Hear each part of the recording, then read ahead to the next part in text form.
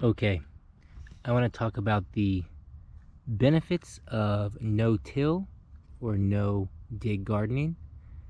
I just want to talk about three main benefits real quick. I know there are plenty of benefits, but I want to keep this soil-centered. I want to talk about the importance or the impact it has on the soil, because I think oftentimes that's overlooked or just kind of forgotten about with many gardeners, how important the soil can be. So first and foremost, when you're not digging and not tilling, you're helping the soil keep its structure, and this is going to be leading to the other benefits as well.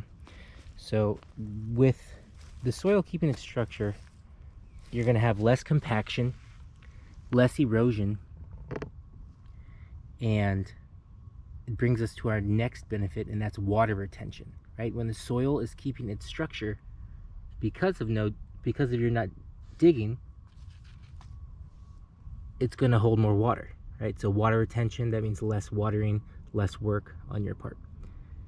And the third benefit I want to touch upon is less weeds. A lot of quote-unquote weeds are encouraged, or their growth is encouraged when the soil is broken, right? Or where humans interfere. So where we're digging, where we're tilling, where we're breaking up that soil, we're just encouraging the growth of quote-unquote weeds.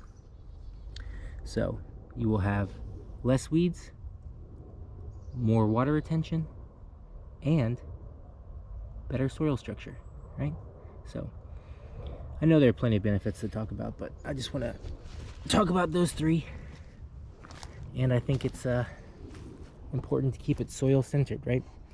Remember the importance of your soil.